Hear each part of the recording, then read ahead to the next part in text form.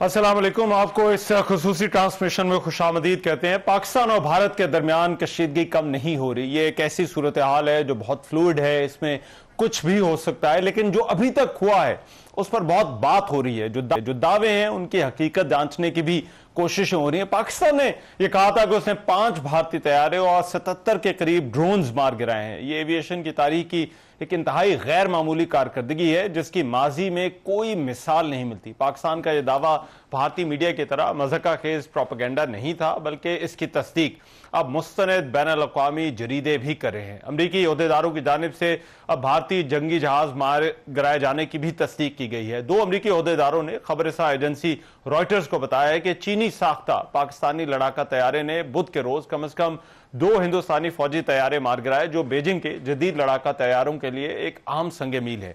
बरतानवी नशरियाती इदारे BBC ने गिरकर तबाह होने वाले भारतीय लड़ाका तैयारों की फुटेज भी तलाश कर ली है। BBC ने भी तस्दीक की है मुख्तलिफ वीडियोज में दिखाए जाने वाले मलबे राफियाल के हैं और एक मलबे की वीडियो भटिंडा के करीब की है जो कि राफियाल तैयारे की है, जबकि 2 मजीद वीडियोज भी सोशल मीडिया पर वायरल हैं।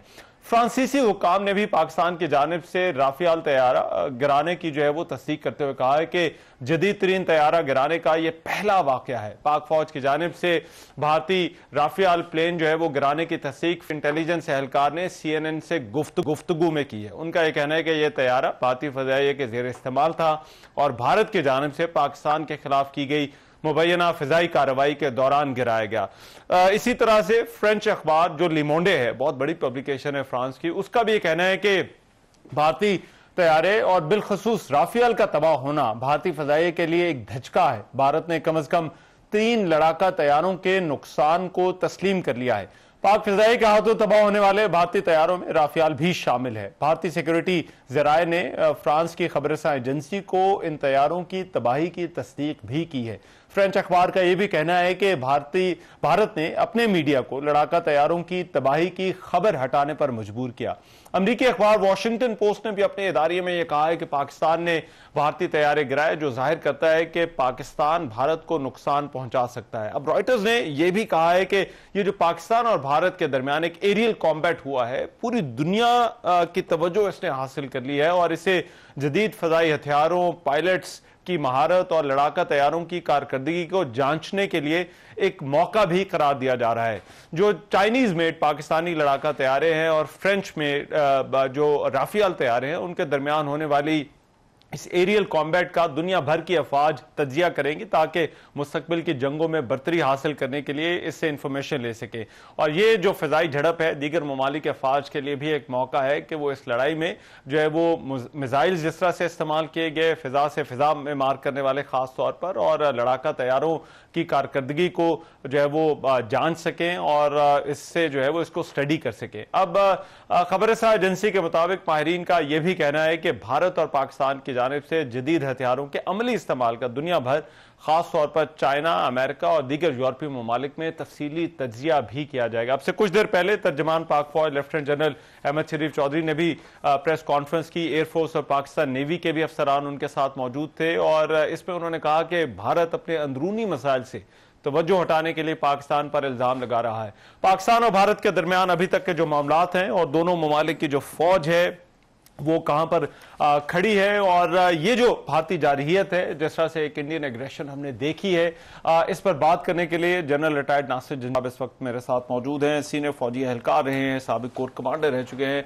पाकिस्तान की कौमी सलामती के मुशीर भी रह चुके हैं। जनरल साहब, thank you so much for your time. General साहब, सबसे पहले तो मैं आपसे जानना चाहता हूं, ये जो अभी हम पिछले 10, 12, 15 दिन से सूरत हाल देख रहे हैं, इस भारतीय जारहियत का पहलगाम वाकये के बाद से लेकर अब तक आपको मकसद क्या नजर आता है? अस्सलाम वालेकुम, बहुत शुक्रिया आपने मुझे मदऊ किया। इसके एक मकसद नहीं बल्कि मकासद थे। अच्छा, देखिए, जो पहलगाम का वाकया हुआ बेसिकली उसको टेररिज्म के कंस्ट्रक्ट में रखा, लेकिन कदगन किस जगह पे लगाई? Indus water treaty. और फिर उसको इतना बढ़ा चढ़ा कर एक कॉन्फ्लिक्ट की तरफ ले गए और बाकायदा एयर स्ट्राइक्स की और हमारे मासूमों को, लोगों को आके मारा। अब पहली बात, जो इंडिया है वो अपने आप को प्रोजेक्ट करता है फ्यूचर एडवर्सरी ऑफ चाइना। तो ऑब्वियसली यूएस और वेस्ट के साथ इसने अपना ये इंटरेस्ट अलाइन किया है और ओवरलैप किया है। तो जब से उसने अपने आप को as a counterweight to China offer किया है, तो उस वक्त से सारे ही उसको काउंटर वेट के तौर पे तैयार करना शुरू हो गए। अच्छा।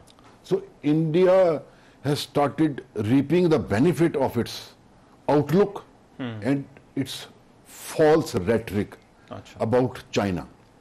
तो अब ये माइटीनेस जो आती जा रही थी, बिकॉज इतनी ज्यादा सपोर्ट जो बाहर से मिल रही थी, so that mightiness and then political survival of mister Modi. अच्छा। तो ये दोनों चीजें कंबाइन की। ठीक।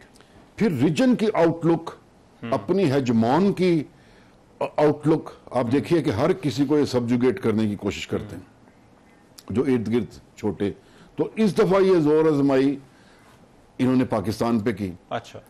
तो अब ये जो मकासद हैं, पॉलिटिकल सर्वाइवल, माइटीनेस और कश्मीर, फिर टेररिज्म का लेबल और coming out of it even more stronger choice in the region for superpowers and all others। तो अब ये सारे मकासद जो उसने हासिल करने की कोशिश की, ये सारे ही बैकवर्ड डेंट होंगे इंशाअल्लाह ताला the way Pakistan has responded. लेकिन जनरल साहब, ऐसा लगता है कि पिछले चंद सालों में भारत ने और भारत की जो एक मिलिट्री डॉक्ट्रिन है, जिसको वो लिमिटेड वॉरफेयर कहते हैं, कोल्ड स्टार्ट जो है वो कहा जाता है, वो ऐसा लगता है कि उसमें इजाफा होता जा रहा है। वो वन स्टेप अप जा रहे हैं, जो हमने उड़ी में देखा, फिर उसके बाद पुलवामा के बाद देखा, और फिर अभी पहलगाम में जो है वो इसको और जो है वो ऊपर ले गए।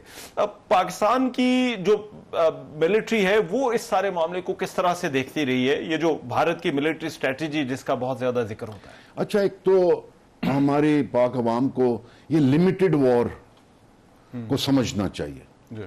जब हम न्यूक्लियर बने तो ऑब्वियसली हम एट पार आ गए, हमने वो डेटरेंस क्रिएट कर दी।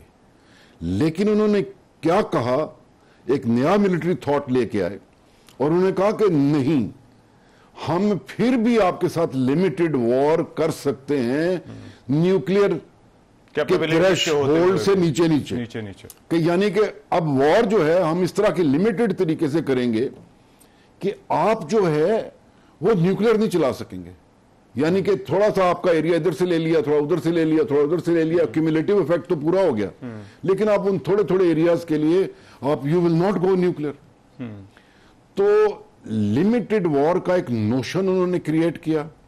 और फिर आपको पता है कि वॉर में या न्यूक्लियर एडवर्सरीज के लिए दो तरह के टारगेट्स होते हैं। एक होता है काउंटर वैल्यू, जो एक दूसरे को थ्रेटन करते हैं, वो शहर होते हैं, बड़े बड़े आबादियों के मराकज होते हैं। एक होता है काउंटर फोर्स। तो अब इन्होंने अपनी फोर्स को इस तरीके से ओरिएंटेट किया कि हमें वो बड़ा टारगेट ना दे। अच्छा। तो पूरी फोर्स को इन्होंने 3 हिस्सों में डिवाइड कर दिया और छोटे छोटे जो ग्रुप्स हैं, कॉम्बैट ग्रुप्स, वो इन्होंने हमारे बॉर्डर पे बिठा दी ताकि वो जगह जगह जो है ना वो इनिशिएट करें। और फिर इतनी देर में जो मिडल में इन्होंने अपनी फोर्स रखी हुई है तब तक वो ज्वाइन कर जाए। और यानी कि किसी टाइम पे भी बड़ा टारगेट नहीं प्रेजेंट करना, ताकि काउंटर फोर्स जो हमने वेपन्स बनाए हैं वो इस्तेमाल ना कर सकें। और चूंकि वो आपस में गुत्थम गुत्था हो जाएंगे तो फिर किस पे यूज करेंगे, तो फिर थर्ड टियर आ जाएगा। अच्छा। तो अब ये हमें सूट करता है, ये हमें इस तरह सूट करता है कि इतनी बड़ी हैवी इंडियन मिलिट्री मशीन जो है वो डिवाइड हो गई 3 हिस्सों में। ठीक। और वो सिक्वेंशियल हो गई इन इट्स प्रोसेस। तो जो पहले आएगा उसको पहले हम निमट लेंगे। ठीक। तो जो बाद में आएगा उस वक्त तक हम फारिग हुए होंगे, उसको निमट लेंगे। राइट। और ये है कि आप सारी ट्रांजिशन में आ रहे हैं तो हम आपको पहुंचने नहीं देंगे, we might not let you join the better. ठीक। तो अब ये इस तरह की चॉइसेस, अभी इसमें भी ये चीजें नजर आ गई। तो अब उनके ज़हन में ये खाम ख्याली है कि हम स्पेस फॉर वॉर जो है उसको हम यूटिलाइज कर सकते हैं। अच्छा। तो आप देखिए कि पुलवामा में सर्जिकल स्ट्राइक्स में और अभी भी उन्होंने क्या नैरेटिव बनाया, काउंटर टेररिज्म का कंस्ट्रक्ट वो यूज कर रहे हैं। ठीक है। वो बड़ी कन्वेंशनल वॉर और उस तरह की बात नहीं कर रहे, जंग की बात नहीं जो है वो कर रहे हैं। नहीं, जंग की बात उस तरीके से वो कर नहीं रहे, मैनिफेस्ट तो कर रहे हैं। अभी हम ये कहते हैं कि it takes two to tango ना, लेकिन अब उनके मिलिट्री पॉलिसी साजों का ख्याल है कि शायद वो पाकिस्तान को इस कन्वेंशनल वॉरफेयर तक रख सकते हैं और न्यूक्लियर थ्रेशोल्ड तक जो है वो जाने नहीं देंगे, या पाकिस्तान को नहीं जाने देंगे या मामलात को नहीं जाने देंगे। यही तो उनकी खाम ख्याली है ना। अच्छा, देखिए ना, आप ये सोचें कि इतना सा मैं करूंगा तो वो भी इतना से करेंगे, ठीक है। तो ऐसे तो नहीं होता ना। मेरा मतलब है जो उन्होंने किया है, अब ये कितनी बात उन्होंने बढ़ा दी है जी, तो अभी हमने उसको रिस्पॉन्ड करना है। तो obviously we will lay it at their door to make the next decision. क्योंकि पैटर्न जो है वो ये चला आ रहा है कि उन्होंने पहले कुछ किया, फिर पाकिस्तान ने जवाब दिया, तो दुनिया कहेगी देखें जो आपने करना था वो आपने कर लिया, उन्होंने जो करना था उन्होंने कर लिया, तो अभी बात को यहां पर जो है वो खत्म हो जाना चाहिए। तो क्या इसको पाकिस्तान की मिलिट्री भी इसको इसी तरह से देखती है? क्या ये नॉर्म बनती जा रही है? देखिए, जो हमारा करना है ना अभी, वो जो डेटरेंस इन्होंने ब्रेक किया ना, उसको हमने रिस्टोर करना है। अच्छा, ताकि ये नॉर्म ना बने, न्यू नॉर्मल ना बने। ये अभी उन्होंने ये ओनस हम पे डाल दिया है। अच्छा। और इन द प्रोसेस जो लोग इस डेटरेंस के पूरे कॉन्सेप्ट को समझते हैं, ये करने से उन्होंने अपने आप को इतना एक्सपोज किया है कि उनकी डेटरेंस डिग्रेड हुई है। अच्छा, इरोड हुई है। In fact today their deterrence is in front of us and it is adequately eroded। तो अभी हमने इस चीज को री-एस्टैब्लिश करना है ताकि दोबारा हमारी तरफ। तो आपको लगता है कि पाकिस्तान का भी जो जवाब होगा वो इसको नॉर्म नहीं बनने देगा इस बिल्कुल भी नहीं, बिल्कुल भी नहीं, बल्कि इस दफा हम ये लिमिटेड वॉर का कॉन्सेप्ट भी बरी करेंगे इंशाल्लाह। अच्छा जनरल साहब, लेकिन ये जो हम एपिसोड्स देख रहे हैं पाकिस्तान और भारत के दरमियान, क्योंकि ये बार बार हो रहा है और हर 3-4 साल के बाद जो है वो इसी तरह से जो है वो मामला जो है वो आ जाते हैं, जो कि उनकी अपनी डोमेस्टिक पॉलिटिक्स को जो है वो सूट करता है। तो क्या ये एक परपेचुअल स्टेट ऑफ कॉन्फ्लिक्ट ही आगे आपको नजर आता है जो पाकिस्तान और भारत के दरमियान जो है वो रहेगा? देखिए, वो अभी DGISPR कितना ज्यादा एक्सप्लेन उन्होंने किया कि कैसे उन्होंने भारत का असल चेहरा जो है पूरी दुनिया को दिखा दिया। अब देखिए, ये अपने पॉलिटिकल गेन्स के लिए और अपने एनवायरनमेंट को उस तरीके से अपने लिए इस्तेमाल करने के लिए किस हद तक पहुंच जाते हैं। तो दैट मीन्स कि if they fail at a place तो उसकी कीमत हम दें। पॉलिटिकल कैरियर आपका हमारी कॉस्ट पे चले, मेरा मतलब ये हमें मंजूर नहीं है। अच्छा। तो हम इस दफा ये चाहते हैं कि वे put an end to it, that's all, you have had enough. हमारी कॉस्ट पे अपना सर्वाइवल ना इंश्योर करो, हमारी कॉस्ट पे जो बाकी काम है वो ना करो, लेट्स एंड इट हियर। और मैं हमेशा कहता हूं कि इंडिया के साथ if we can not be friends, let's not be enemy, because हम दोनों न्यूक्लियर स्टेट्स हैं, we are capable of destroying each other. And I understand कि सदा एक तरह की चीजें नहीं रहती, सदा कोई नहीं रहता, तो देयर आर चेंजेस। तो हमारी आने वाली coming generations they will realize this कि why should we destroy each other, और वो हंसेंगे ऐसी अप्रोच पे, ऐसी आउटलुक पे, तो वो मामलात को ठीक कर लेंगे। राइट। तो लेकिन एक चीज जनरल साहब जो और हो रही है, जो हमने पिछले चंद सालों में देखी है कि पाकिस्तान की जो टेरिटरी है उसमें भी भारत दहशतगर्दी करवाने में, चाहे वो बलूचिस्तान हो, चाहे वो पंजाब हो, चाहे वो सिंध हो, वहां पर भी जो है वो स्पॉन्सर जो है वो कर रहा है। तो एक तासुर जो है वो वहां पर ये है कि भारत जो है वो इस जंग को अब पाकिस्तान की जो है वो टेरिटरी के ऊपर जो है वो लड़ रहा है और पाकिस्तान की डोमेन में जो है वो लड़ रहा है। हाँ जी, वो आपने कई दफा उनके मुंह से खुद सुना है, बलोचिस्तान का नाम लेते हुए, बाकी तमाम। तो असल में और इसको अजय डोभाल के साथ लिंक किया जाता है कि ये उनकी बेशुबहा सबूत भी मौजूद हैं, DGSPR ने भी सारा कुछ दिखा दिया है। तो ये हमारी जो फॉल्ट लाइंस हैं, और स्पेशली ये जो वॉर ऑन टेरर, जिसमें बहुत सारी जो सिचुएशंस इस तरह की थी कि वो उसको इस्तेमाल करते रहे हैं, US के साथ जो उनका इंटरेक्शन, स्ट्रेटेजिक पार्टनरशिप, और फिर उस वक्त लास्ट हुकूमत के साथ इंडिया में अफगानिस्तान में इनके तल्लुकात, फिर रॉ के और अफगानिस्तान इंटेलिजेंस एजेंसीज की कोलैबोरेशन, इस तरह की चीज़ों का ये फ़ायदा उठाते रहे और जेन्युइनली जो टेररिज्म को है वो ये सपोर्ट कर रहे हैं। तो अभी वो we will manage that इंशाल्लाह ताला, and things will be put right। और लास्टली एक इंडिया को लगता है कि क्योंकि न्यूक्लियर जंग तो दुनिया के लिए भी बहुत बड़ी तशवीश है, तो इसलिए पाकिस्तान और भारत के दरमियान ये जो कन्वेंशनल वॉरफेयर है यही चलेगा। यहाँ पर आप दोनों मिलिट्रीज को जो है वो किस तरह से देखते हैं, क्योंकि वो अपने नंबर का जो है वो हमेशा उनकी तरफ से दावा जो है वो किया जाता है। देखें, नंबर का दावा अभी एयर बैटल में भी देख लिया आपने। तो अब यही जो खाम ख्याली है ना, कि न्यूक्लियर के होते हुए सिर्फ हम कन्वेंशनल तक रखेंगे, वो चूंकि हम अफोर्ड नहीं कर सकते थे उनके साथ नंबर में compete करना। हम एक उस तरह का इकोनॉमिकली उस तरह का मुल्क नहीं है, हमारी सोच भी नहीं है। हम ये चाहते हैं कि हमारा डिफेंस मजबूत और मरबूत हो।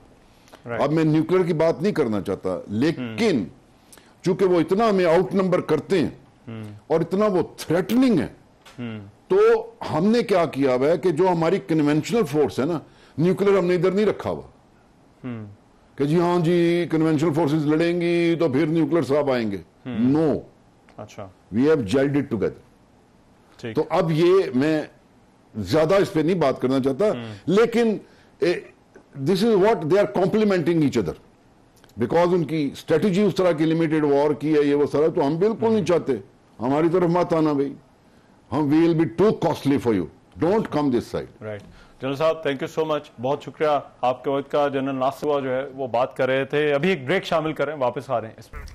Welcome back to this transmission. Pakistan और भारत के दरमियान जो मौजूदा सूरत हाल है उस पर अमरीकी नायब सदर JD वैंस ने एक इंटरव्यू में कहा है कि अमरीका ऐसी जंग में मुदाखलत नहीं करेगा जिसका उससे बराह रास्त कोई फायदा न हो। भारत ने हमला किया और पाकिस्तान ने जवाब दे दिया। अब दोनों ममालिक को इस मामले पर ठंडे दिमाग से सोचना चाहिए। पाक भारत जंग को एटमी जंग में तब्दील नहीं होना चाहिए। उन्होंने यह भी कहा कि अमेरिका पाकिस्तान और भारत के तनाज़े पर तशवीश का इजहार करता है, लेकिन फिलहाल ऐसा कोई वाज़ेह इशारा नहीं कि यह तनाज़ा एक एटमी जंग में तब्दील हो सकता है। अमरीकी महकमा खारजा की तर्जुमान टेमी ब्रूस का भी यह कहना है कि अमरीका ने भारत और पाकिस्तान से मुसल्लह तसादुम बंद करने का कह दिया है और अमरीका समझता है कि कश्मीर में जो कुछ हुआ अफसोसनाक है। पहलगाम वाक़े पर अमरीका पाकिस्तान की तहकीकात के मुतालबे की हिमायत करता है। आज वफाकी वज़ीर दाखिला मोहसिन नकवी से अमरीका की कायम मकाम सफ़ीर नेटी बेकर ने 48 घंटे में दूसरी मुलाकात की है। गुज़िश्ता दिनों अमरीकी सदर डोनाल्ड ट्रंप ने भी पाक भारत तनाज़े को कम करने में मदद की पेशकश की थी और यह कहा था कि पाकिस्तान और भारत के दरमियान जारी कशीदगी और तनाज़े को कम करने के लिए वो किरदार अदा करने को तैयार हैं। कुछ दीगर ममालिक भी जो हैं वो इस सूरत हाल में खासे फ़ाल हैं। सऊदी वज़ीर ममलिकत बराए दाखिला आदिल अल जुबैर नई दिल्ली के बाद आज इस्लामाबाद भी पहुंचे हैं। उन्होंने पाकिस्तानी क़यादत के साथ मुलाकात की है। ईरान भी पाकिस्तान और भारत में कशीदगी कम कराने के लिए मुतहरिक हो गया है। ईरानी वज़ीर ख़ारजा ने पाकिस्तानी हमनसब इसहाक डार से टेलीफोनिक रब्ता किया है। अब ये जो तमाम राब्ते हो रहे हैं और ये जो सिफारतकारी के महाज के ऊपर जो कुछ चल रहा है, इस पर बात करने के लिए सीनियर सिफारतकार पाकिस्तान की मुस्तकिल मंदूब रह चुकी हैं अक़वाम मुत्तहिदा में मलिहा लोधी साहबा इस वक्त जो है वो मेरे साथ मौजूद हैं। उनसे इस हवाले से बात करते हैं। लोधी साहबा बहुत शुक्रिया आपके वक्त का। मलिहा लोधी साहबा, सबसे पहले तो मैं आपसे ये जानना चाहता हूँ, ये जो भी सूरत हाल पाकिस्तान और भारत के दरमियान है एज ऑफ नाउ, जो बड़ी ताकतें हैं खासतौर पर चीन और अमेरिका, वो इस मामले को किस तरह से देख रहे हैं? उनका कितना इंटरेस्ट इस मामले में आपको नजर आ रहा है? पहले तो ये कि सूरत हाल अभी भी बहुत ही सही संगीन है। जाहिर है आपको मालूम होगा शायद कि भारत की तरफ से 7 मई की जो उन्होंने कार्रवाई की थी उसके बाद उन्होंने बैनुल अक़वामी बरादरी को, अमेरिका शामिल था उसमें, उनको बताया कि जी हम उसके बाद कुछ नहीं करेंगे पाकिस्तान के खिलाफ, और हम सिर्फ जवाब देंगे अगर जी। पाकिस्तान ने कुछ किया। जहाँ तक पाकिस्तान का ताल्लुक है, आपको मालूम है कि हमने तो जो उनके एयरक्राफ्ट थे वो शूट डाउन किए, लेकिन अभी पाकिस्तान हाँ। की कार्रवाई, जवाबी कार्रवाई तो नहीं हुई, लेकिन उसके बावजूद भारत ने ड्रोन अटैक किया across the country in Pakistan, जिससे कि राइट। मैं समझती हूँ कि उन्होंने बहुत क्रेडिबिलिटी लूज की है इंटरनेशनल कम्युनिटी के साथ, जिनको उन्होंने जो बताया था उसके बरक्स किया। अमेरिका को भी उन्होंने इसी तरह से ब्रीफ किया था, बल्कि ये तो जयशंकर ने, उनके जो वजीर खारजा हैं, हाँ। उन्होंने अमरीकी वजीर खारजा secretary of state Marco Rubio को बताया था कि जी 7 मई के बाद हम और कोई किनेटिक एक्शन नहीं लेंगे पाकिस्तान के खिलाफ। तो इसी से आप अंदाजा जी। लगा लें कि इस वक्त भारत की पोजीशन क्या है। जहां तक चीन का ताल्लुक है, चीन भी वही कह रहा है जो बाकी बैनुल अक़वामी बरादरी कह रही है, कॉल फॉर रिस्ट्रेंट है उनकी तरफ से। वो चाहते हैं कि सूरत हाल जो है वो डिफ्यूज हो किसी तरह से, ये बहरान जो है, क्राइसिस जो है वो डिफ्यूज हो। तो हम इस वक्त इस पॉइंट पे हैं कि Bharat has lost a lot of ground, जी। Lost a lot of credibility, और फिर जो उन्होंने झूठ का पलंदा हाँ। सामने रखा सबके कल, कि उन्होंने पाकिस्तान में कराची जी। पोर्ट तबाह कर दिया, पायलट कैप्चर कर दिया, पता नहीं क्या क्या उन्होंने कहा। मुझे हंसी इसलिए आ जी। रही कि इस कदर झूठ बोला उन्होंने कि ये तो समझ से बाहर है। तो इससे तो लगता ये है कि वो बौखला गए हैं। मेरा ख्याल है वो इतने पैनिक में चले गए जब उन्होंने देखा कि उनके जहाज गिराए गए हैं, कि उसके बाद तो फिर इस किस्म अच्छा। का रिस्पॉन्स आना तो ऑनेस्टली समझ से बाहर है। ठीक है। लेकिन मिलिया लोधी साहब, हम देख रहे हैं कि इस मामले में गल्फ के जो ममालिक हैं, ईरान बशमूल, और ख़ासतौर पर जो सऊदी है, वो बहुत ज़्यादा एक्टिव हैं। आपके ख्याल में इनका क्या मकसद है, और उनकी इसमें जो एंगेजमेंट है अभी तक, उसको आप किस तरह से देखती हैं? मेरा ख्याल है ये इनका इनका आपस में ज्यादा मुकाबला है गल्फ ममालिक का, इसलिए कि कभी कतर कहीं ना कहीं मीडिएट करता है, और उसकी जाहिर है फिर इंटरनेशनल स्टैंडिंग बढ़ जाती है, एलिवेट हो जाती है। ओमान कर रहा है, as you know, mediate between the United States and Iran. फिर यूएई भी करता है। तो लगता है कि सऊदी अरेबिया भी चाहता है कि वो भी इस मुकाबले में दाखिल हो जाए, इसलिए कि देखें उनकी तो वो पोजीशन ही नहीं है कि वो क्राइसिस को डिफ्यूज कर सके। हाँ, वो अमेरिका के साथ मिलके, हाँ। यस, अगर कुछ मुल्क इकट्ठे हो जाते हैं वो एक अलग किस्सा है, लेकिन इस वक्त तो एक ही मुल्क है जी। जिसने माजी में भी क्राइसिस डिफ्यूज किया है, और मैं समझती हूँ कि मुस्तकबिल में भी कर सकता हाँ। है, और वो है अमेरिका। अच्छा। आपको याद होगा कि कारगिल क्राइसिस से लेके जो लास्ट क्राइसिस था 2019 का, और जी। दरमियान में भी जो थे, उन सब में अमेरिका ने एक फायर ब्रिगेड का रोल अदा किया, कि उन्होंने आके जो क्राइसिस को डिफ्यूज किया और ठीक। एंड किया। लेकिन बलिया लोधी साहब, अमेरिका की तरफ से तो बड़े मिक्स्ड जो है वो सिग्नल्स जो है वो मिल रहे हैं। एक तरफ वो ये कह रहे हैं कि हमें कोई परवाह नहीं, मार्को रूबियो की भी जो है वो स्टेटमेंट्स थी, आज भी इस हवाले से जो है वो हमने बयान सुना। फिर दूसरी तरफ जो है वो कह रहे हैं कि हम जो है वो एंगेज भी जो है वो कर रहे हैं। तो इसको आप किस तरह से देखते हैं? क्या ये इंडिफरेंस है, क्या ये एंगेजमेंट है? कितना इंटरेस्ट आपको जो है वो नजर आता है अमेरिका का इस मामले के अंदर? रहमान, मैं तो आई गो बाय एक्शंस नॉट वर्ड्स। अल्फाज तो जी। बहुत मुख्तलिफ किस्म के इस्तेमाल होते हैं मुख्तलिफ मौक़ों पे, लेकिन 2-3 चीज़ें अहम हैं मेरी निगाह में। पहले तो ये कि सदर ट्रंप ने जो भी कुछ कहा, उसने एक न्यूट्रलिटी का पोस्चर अडॉप्ट किया। हालांकि अमेरिका के जी। भारत से ज्यादा ताल्लुकात हैं, करीबी ताल्लुकात हैं, मगर उसके बावजूद उन्होंने ठीक। साइड्स नहीं ली, न्यूट्रल अपना टोन रखा, नंबर 1। नंबर 2, अगर आप एक्शंस देखें ठीक। और सिर्फ वर्ड्स ना देखें, तो एक्शन से तो जाहिर है वो एंगेज्ड हैं, वो रोल प्ले करने की कोशिश कर रहे हैं टू डिफ्यूज द क्राइसिस। अगर ये ना होता तो उनका secretary of state Marco Rubio bar bar telephone call क्यों करता? कल ही तो फोन कॉल फिर से की उसने, हमारे वजीर आजम से बात की और भारत के वजीर खारजा जयशंकर से भी बात की। तो जाहिर है अगर if you go by actions then you can see that the US is engaged. तीसरी चीज मैं ये कहूंगी, आपका मेरा ख्याल है reference is not to Rubio but to JD Vance, जो उनका वाइस प्रेसिडेंट है, जिसने कि ऐसी स्टेटमेंट दी है कि इंटरव्यू में ऐसा कुछ कहा है जिससे लगता है कि जी हम तो नहीं इसमें किसी किस्म का रोल प्ले करना चाहते। मैं समझती हूँ उसको we should put that aside and look at the actions not the words. ठीक है, राइट। और ये जो इस वक्त सिफारतकारी के लिहाज से जाहिर बात है हर जगह से तहम्मुल का मशवरा दिया जा रहा है और पाकिस्तान पर भी एक तासुर यह है कि दबाव है कि पाकिस्तान जो है वो अपना राइट टू सेल्फ डिफेंस जो है वो इस्तेमाल ना करे। आपको लगता है ऐसी कोई कंसिडरेशन इस वक्त हो सकती है पाकिस्तान के पॉलिसी साजों की? मैं नहीं समझती कि कोई ऐसा दबाव पाकिस्तान को कबूल होगा और ना ही कभी हुआ है माजी में। ये ज़रूर है कि मुख्तलिफ ममालिक पाकिस्तान को कह रहे हैं कि आपने जो जहाज़ गिरा लिए हैं आप you consider that a win और उस तक ही महदूद रहें, इससे ज़्यादा ना कुछ करें, इसलिए कि फिर इंडिया फिर से रिस्पॉन्ड करेगा और फिर ये एक अनकंट्रोल्ड एस्केलेटरी स्पाइरल बन जाएगा। ठीक है, ये उनका मौक़िफ़ है काफ़ी मुल्कों का और हमने सुना है ये पेशेंटली, लेकिन Pakistan will do what ever it's in its interest. Pakistan और मुल्कों के मुफाद के मुताबिक नहीं चलेगा, ना ही कभी चला है। It will act according to its interest और इस वक्त वो मुख्तलिफ ऑप्शंस एग्जामिन कर रहा है कि किस किस्म का रिप्राइजल देना है भारत को।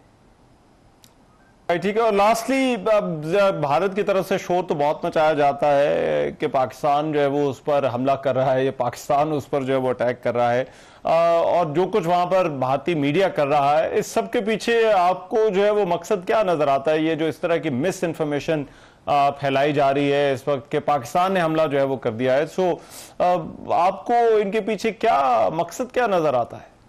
देखिए, दो तीन चीजें। एक तो ये कि मेरा ख्याल है उनकी जो ह्यूमिलिएशन, सेंस ऑफ ह्यूमिलिएशन होगी वो जहाज लूज करने के बाद, वो किसी तरह से उसको कॉम्पेंसेट करना चाहते हैं, लेकिन ये बहुत ही अजीब तरीका ढूंढा है उन्होंने कॉम्पेंसेट करने का।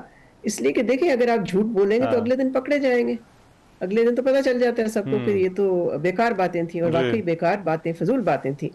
कभी वो कहते थे कि कराची पोर्ट को तबाह कर दिया, कभी कहते थे कि पायलट हमने कैप्चर कर लिया पाकिस्तानी। सो यू नो ये सारी चीजें तो फिर साफ जाहिर हो गई ना कि ऐसा कुछ हुआ नहीं है। दूसरी इंटरप्रिटेशन ये हो सकती है कि वो बौखला गए हैं। तीसरी ये हो सकती है कि वो चाहते हैं कि किसी तरह से पाकिस्तान का मोराल जो है उसको वीकन किया जाए, इफेक्ट किया जाए, कंफ्यूज किया जाए लोगों को। तो आप एक हवाले से तो देखें जंग में ये होता ही है, जिसको कहते हैं अंग्रेजी में फॉग ऑफ वॉर, डिसइंफॉर्मेशन तो फैलाते हैं मुल्क। लेकिन जिस हद तक भारत गया है और फिर अपने मीडिया को उन्होंने पार्टनर बना लिया, सिवाय एक दो मीडिया आउटलेट्स के, सबने उन्होंने ताउन किया अपनी हुकूमत के साथ। तो इससे जो भारत की मीडिया है उसको, उसका रोल भी एक्सपोज हुआ है कि they bought all these false stories hook, line and sinker. ठीक, राइट, बहुत शुक्रिया। मलिहा लोधी साहबा हमारे साथ मौजूद थी और बात कर रही थी। ट्रांसमिशन में एक ब्रेक लेते हैं, ब्रेक के बाद वापस आते हैं। Welcome back. पाकिस्तान और भारत के दरमियान जो मामलात हैं उनसे क्रिकेट भी मुतासर हो रही है और अब पाकिस्तान जो सुपर लीग है पीसीबी ने उसे मुलतवी करने का ऐलान भी कर दिया है और कहा यह है कि इसके शेड्यूल का ऐलान बाद में किया जाएगा। इससे पहले खबर आई थी कि इन मैचेस को दुबई जो है वो ले जाया जा रहा है, लेकिन चेयरमैन पीसीबी मोहसिन नकवी ने इससे पहले ये कहा था कि रावलपिंडी क्रिकेट स्टेडियम पर भारतीय ड्रोन हमला इंतहाई गैर जिम्मेदाराना और खतरनाक इकदाम था। भारत के इस इकदाम का मकसद पीएसएल को सबूताज करना था। उन्होंने ये भी कहा कि गैर मुल्की और मकामी खिलाड़ियों की हिफाजत पाकिस्तान क्रिकेट बोर्ड की इस वक्त अव्वलीन तरजीह है। दूसरी तरफ भारत खुद अपना आईपीएल भी जारी ना रख सका और आईपीएल के मैचेस एक हफ्ते के लिए जो है वो मुअत्तल कर दिए गए। पंजाब किंग्स और दिल्ली कैपिटल के दरमियान धर्मशाला में होने वाला जो आईपीएल का मैच था, उसके दौरान पहले लाइट्स अचानक बंद करके एक टेक्निकल इशू का बताया गया और फिर बाद में इंतजामिया ने स्टेडियम को फौरी तौर पर खाली करा लिया। इसके बाद भारतीय क्रिकेट बोर्ड की जानिब से आईपीएल की एक हफ्ते के लिए मुअत्तली का फैसला सामने आया। अब ऐसा लग रहा है कि क्रिकेट का खेल भी सारे जो भारतीय जंगी जुनून है उसका शिकार हो गया है और इस चक्कर में उन्होंने अपना भी नुकसान कर लिया है। ये पहला मौका नहीं है कि क्रिकेट इस तरह से मुतासिर हुई है। चैंपियंस ट्रॉफी और दीगर बायलैटरल सीरीज के मामला भी हम सबके सामने हैं। इस वक्त मेरे साथ सीनियर स्पोर्ट्स जर्नलिस्ट माजिद भट्टी साहब मौजूद हैं और उनकी बड़ी गहरी नजर है इन मामला पर। उनसे इस हवाले से मजीद बात करते हैं। माजिद भट्टी साहब, बहुत शुक्रिया आपके वक्त का। भट्टी साहब, सबसे पहले तो ये बताइएगा, क्या इस बात की तवक्को की जा रही थी कि ये फैसला जो है वो किया जा सकता है पीएसएल के हवाले से? देखिए रहमान साहब, जिस तरह पीसीबी ने कल रात तकरीबन 2:15 बजे मीडिया रिलीज जारी करके मैचेस को दुबई शिफ्ट करने का ऐलान किया, तो उसके बाद तो बिल्कुल तवक्को नहीं थी कि इस तरह मैचेस खत्म होंगे। अब जो नया पीसीबी का प्रेस रिलीज आया है उसमें उन्होंने प्राइम मिनिस्टर शहबाज शरीफ का जिक्र किया है कि शहबाज शरीफ साहब ने पीसीबी से कहा है, वो पेट्रन भी है पीसीबी के। उन्होंने कहा है कि ये मौका नहीं है कि पाकिस्तान क्रिकेट बोर्ड इस टाइम पर पीएसएल को दुबई में भी करवाए। लेकिन इसका मैं और थोड़ा सा आपको बैकग्राउंड बताऊं कि जुमेरात को जब ये सारी डेवलपमेंट हो रही थी, पिंडी स्टेडियम के बाहर एक ड्रोन आके गिरा और फॉरेन प्लेयर्स काफी कंसर्न थे, वो वापस जाना चाहते थे। उस वक्त पीएसएल की जो 6 फ्रेंचाइज थी, उन्होंने एक खत लिखा था मोहसिन नकवी साहब को।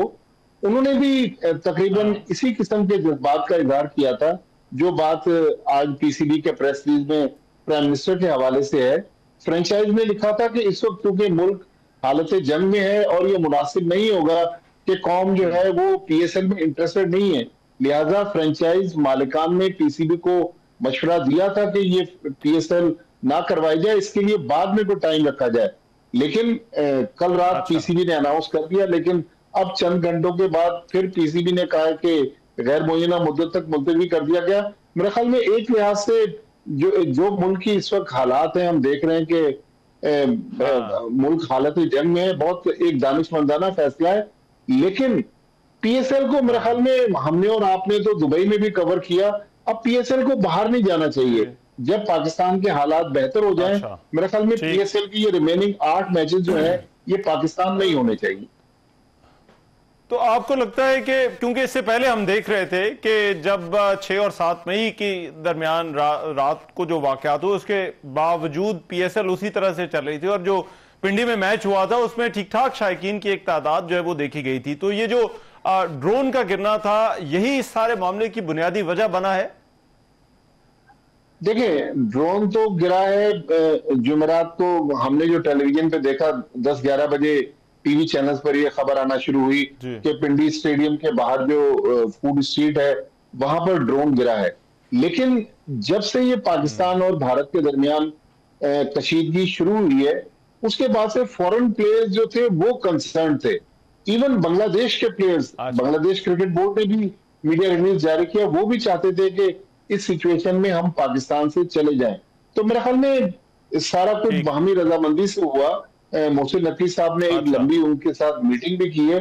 तो मेरे ख्याल में एक मुनासिब फैसला है।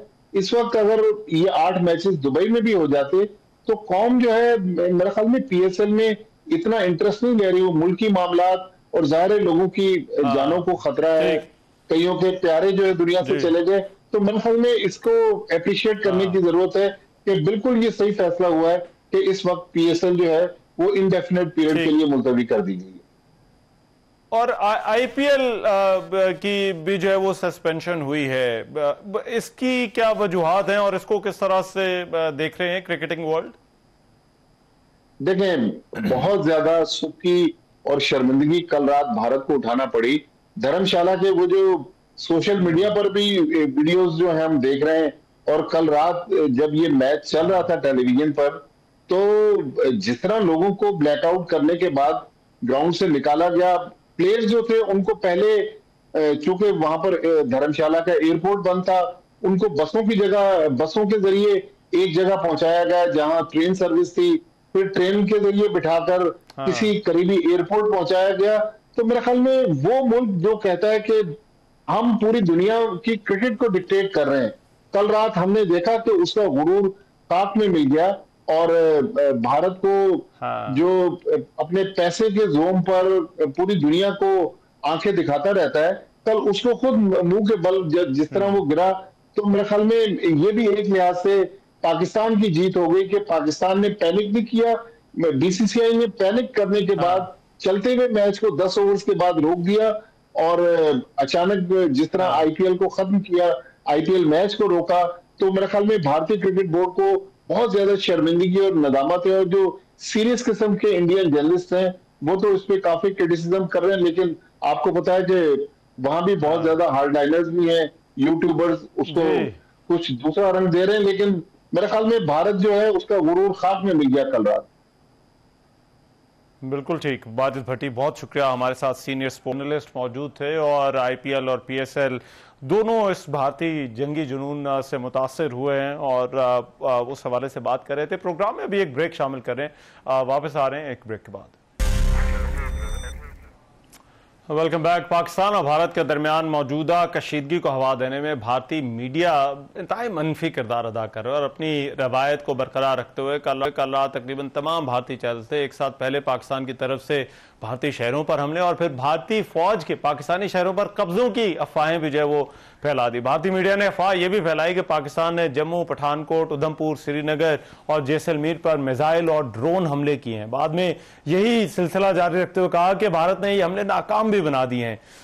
फिर पाकिस्तानी F-16 जो तैयारा है वो मार गिराया गया है और इन कार्रवाइयों के दौरान एक पाकिस्तानी पायलट को भी गिरफ्तार कर लिया गया। अब ये कुछ दावे जो है वो आम कोई यूट्यूब के चैनल्स नहीं कर रहे, बल्कि भारत का मेन स्ट्रीम मीडिया और जो उनकी वेबसाइट्स हैं, जो उनके अपने सीनियर जर्नलिस्ट हैं जो अपने आप को बड़ा क्रेडिबल कहते हैं, वो ये कर रहे हैं। और फिर भारतीय मीडिया ने कराची और लाहौर पर कब्जे के भी जो है वो दावे कर दिए।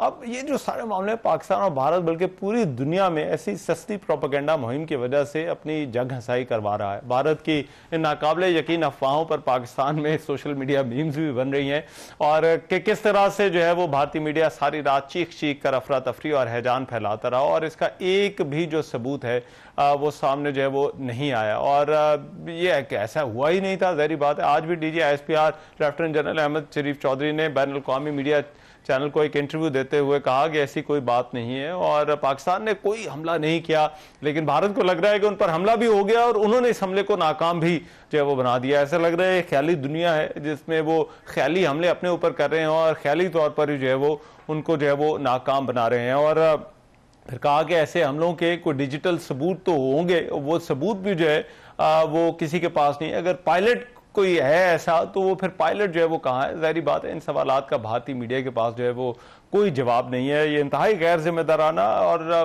गैर पेशेवराना रवैया है और ऐसा लगता है कि ये सिर्फ और सिर्फ एक प्रोपेगेंडा मुहिम है जो कि जिसमें उनकी अपनी कोई क्रेडिबिलिटी नहीं है। जो उनकी जो सरकार जो है वो कहे जा रही है वो बेला झिझक और बगैर सोचे समझे, कुछ सोच के भी चलाएं तो चलें बात होती है, लेकिन ऐसा लगता है कि इसमें कुछ सोच भी नहीं रहे और वो चलाए जा रहे हैं।